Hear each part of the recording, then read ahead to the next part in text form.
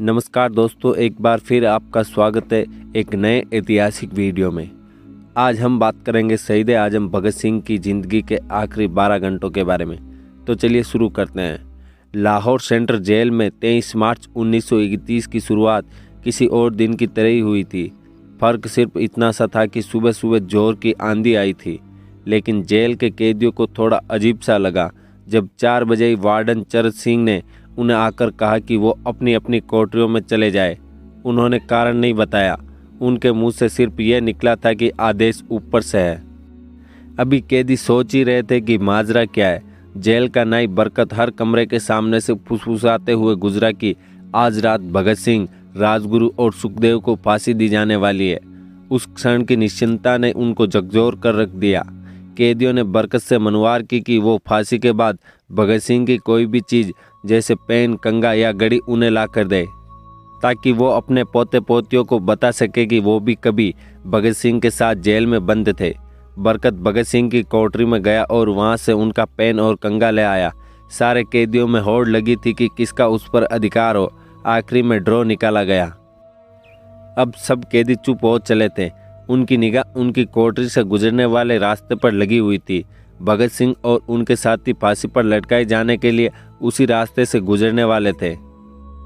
एक बार पहले जब भगत सिंह उसी रास्ते से ले जाए जा रहे थे तो पंजाब कांग्रेस के नेता भीमसेन सच्चर ने आवाज़ ऊंची कर उनसे पूछा था, आप और आपके साथियों ने लाहौर कॉन्स्पिरेसी केस में अपना बचाव क्यों नहीं किया? तब भगत सिंह का जवाब था, इंकलाबियों को मरना ही होता है, क्योंकि उनके मरने से उनका अभिमान मजबूत होता है, अदालत में अपील से नहीं। वार्डन चरत सिंह ने भगत सिंह के खैर खुआ थे और अपनी तरफ से जो कुछ बन पड़ता था उनके लिए करते थे। उनकी वजह से ही लाहौर की द्वारकादास लाइब्रेरी से भगत सिंह के लिए किताबें निकलकर जेल के अंदर आ पाती थी। भगत सिंह को किताब पढ़ने का इतना शौक था कि एक बार उन्होंने अपने स्कूल के साथी जयदेव कपूर को लिखा था कि वो उनके लिए कार्ल लिबनेन की मिलिट्रिज्म, लेनिन की लेफ्ट विंग कम्युनिज्म और अपटन सिनक्लेयर का उपन्यास द स्पाई कुलबीर के जरिए भिजवा दे। भगत सिंह जेल की कठिन जिंदगी के आदी हो चले थे। उनकी कोठरी नंबर 14 का फर्श पक्का नहीं था, उस पर घास उगी हुई थी। कोठरी में बस उतनी सी जगह थी कि उनका 5 फीट 10 इंच का शरीर बेमुश्किल उसमें लेट पाए। भगत सिंह को फांसी दिए जाने के 2 घंटे पहले उनके वकील प्राणनाथ मेहता उनसे मिलने पहुंचे। मेहता ने बाद में लिखा कि भगत सिंह अपनी छोटी सी कोठरी में पिंजड़े में बंद शेर की तरह चक्कर लगा रहा था। उन्होंने मुस्कुराकर मेहता का स्वागत किया और पूछा कि आप मेरी किताब रिवॉल्यूशनरी लेनिन लाए या नहीं। जब मेहता ने उन्हें किताब दी तो वो उसी समय पढ़ने लगे, मानो उनके पास अब समय बचा ना हो। मेहता ने उनसे पूछा कि क्या आप देश को कोई संदेश देना चाहेंगे? भगत सिंह ने किताब से अपना मुंह हटाए बगैर कहा, सिर्फ 2 संदेश, साम्राज्यवाद मुर्दाबाद और इंकलाब जिंदाबाद। इसके बाद भगत सिंह ने मेहता से कहा कि वो पंडित नेहरू और सुभाष बोस को मेरा धन्यवाद पहुंचा दे, जिन्होंने मेरे केस में गहरी रुचि ली। भगत सिंह से मिलने के बाद मेहता राजगुरु से मिलने उनकी कोठरी पहुंचे। राजगुरु के अंतिम शब्द थे, हम लोग जल्द मिलेंगे। सुखदेव ने मेहता को याद दिलाया कि वो उनकी मौत के बाद जेलर से वो कैरम बोर्ड ले ले जो उन्होंने उन्हें कुछ महीने पहले दिया था। मेहता के जाने के थोड़ी देर बाद जेल अधिकारियों ने तीनों क्रांतिकारियों को बता दिया कि उनको वक्त से 12 घंटे पहले ही फांसी दी जा रही है। अगले दिन सुबह 6 की बजाय उन्हें उसी शाम 7 बजे फांसी पर चढ़ा दिया जाएगा। भगत सिंह मेहता द्वारा दी गई किताब के कुछ पन्ने ही पढ़ पाए थे। उनके मुंह से निकला, क्या आप मुझे इस किताब का एक अध्याय भी खत्म नहीं करने देंगे? भगत सिंह ने जेल के मुस्लिम सफाई कर्मचारी बेबे से अनुरोध किया था कि वो उनके लिए उनको फांसी दिए जाने के एक दिन पहले उनके घर से खाना लेकर आए। लेकिन बेबे भगत सिंह की ये इच्छा पूरी नहीं कर सके, क्योंकि भगत सिंह को 12 घंटे पहले फांसी देने का फैसला ले लिया गया और बेबे जेल के गेट के अंदर भी नहीं घुस पाए। थोड़ी देर बाद तीनों क्रांतिकारियों को फांसी की तैयारी के लिए उनकी कोठरियों से बाहर निकाला गया। भगत सिंह, राजगुरु और सुखदेव ने अपने हाथ जोड़े और अपना प्रिय आज़ादी गीत गाने लगे। कभी वो दिन भी आएगा कि जब आज़ाद हम होंगे, ये अपनी ही जमी होगी, ये अपना आसमां होगा। फिर तीनों क्रांतिकारियों को एक एक करके वजन लिया गया। सबके वजन बढ़ गए थे। इन सब से कहा गया कि अपना आखिरी स्नान करें। फिर उनको काले कपड़े पहनाए गए, लेकिन उनके चेहरे खुले रहने दिए गए। चरण सिंह ने भगत सिंह के कान में फुसफुसाया कर कहा कि वाहे गुरु को याद करो।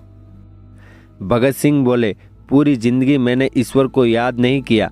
असल में मैंने कई बार गरीबों के कलेश के लिए ईश्वर को कोसा भी है।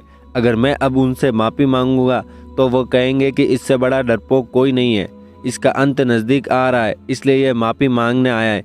जैसे ही जेल की घड़ी में 6 बजे कैदियों ने दूर से आती कुछ पदचाप सुनी। उनके साथ भारी बूटों के जमीन पर पड़ने की आवाज़ें भी आ रही थी। साथ में एक गाने का दबा स्वर भी सुनाई दे रहा था, सरफरोशी की तमन्ना अब हमारे दिल में है। सभी को अचानक जोर जोर से इंकलाब जिंदाबाद और हिंदुस्तान आज़ाद हो के नारे सुनाई देने लगे। फांसी का तख्ता पुराना था, लेकिन फांसी देने वाला काफ़ी तंदुरुस्त। फांसी देने के लिए मसीह जल्लाद को लाहौर के पास शाहदरा से बुलवाया गया। भगत सिंह इन तीनों के बीच में खड़े थे। भगत सिंह अपनी मां को दिया गया वचन पूरा करना चाहते थे कि वो फांसी के तख्त से इंकलाब जिंदाबाद का नारा लगाएंगे। लाहौर जिला कांग्रेस के सचिव पिंडीदास लोधी का घर लाहौर सेंट्रल जेल से बिल्कुल लगा हुआ था। भगत सिंह ने इतनी जोर से इंकलाब जिंदाबाद का नारा लगाया कि उनकी आवाज़ सोंधी के घर तक सुनाई दी। उनकी आवाज़ सुनते ही जेल के दूसरे कैदी भी नारे लगाने लगे।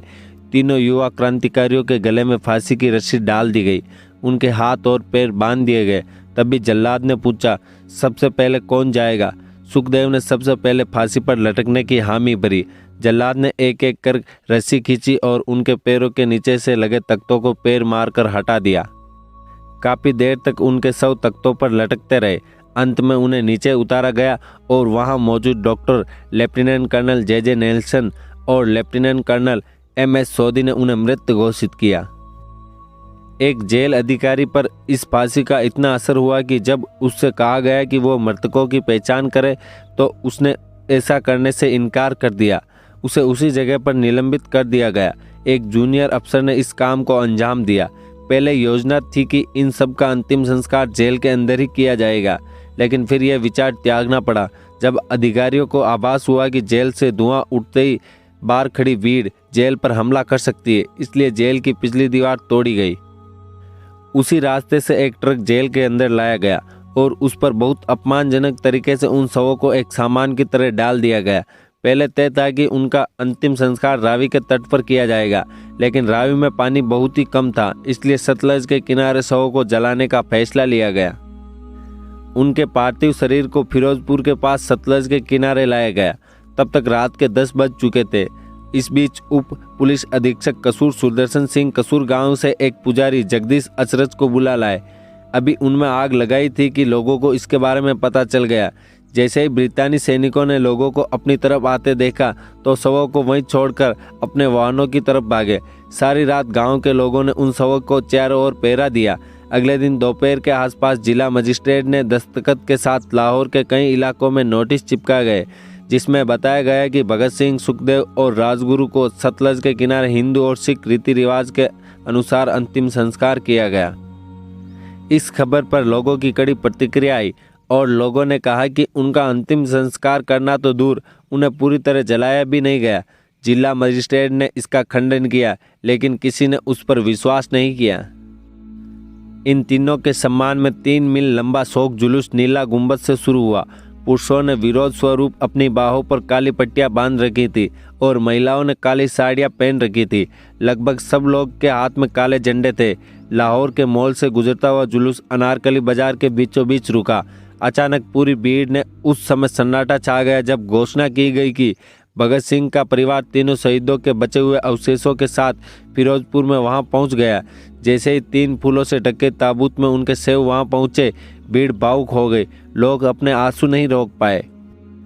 वहीं पर एक मशहूर अखबार के संपादक मौलाना जफर अली ने एक नज्म पढ़ी जिसका लब्बो-लुआब था, किस तरह इन शहीदों के अजले शव को खुले आसमान के नीचे जमीन पर छोड़ दिया गया। उधर वार्डन चरण सिंह सुक्त कदमों से अपने कमरे में पहुंचे और फूट फूट कर रोने लगे। अपने 30 साल के कैरियर में उन्होंने सैकड़ों फांसियां देखी थी, लेकिन किसी ने मौत को इतनी बहादुरी से गले नहीं लगाया था जितना भगत सिंह और उनके साथियों ने। किसी को इस बात का अंदाज़ा नहीं था कि 16 साल बाद उनकी शहादत भारत में ब्रिटिश साम्राज्य के अंत का एक कारण साबित होगी और भारत की ज़मीन से सभी ब्रिटिश सैनिक हमेशा के लिए चले जाएंगे। नमन है ऐसे वीरों को जो आज भी हर भारतीय के दिल में जिंदा है।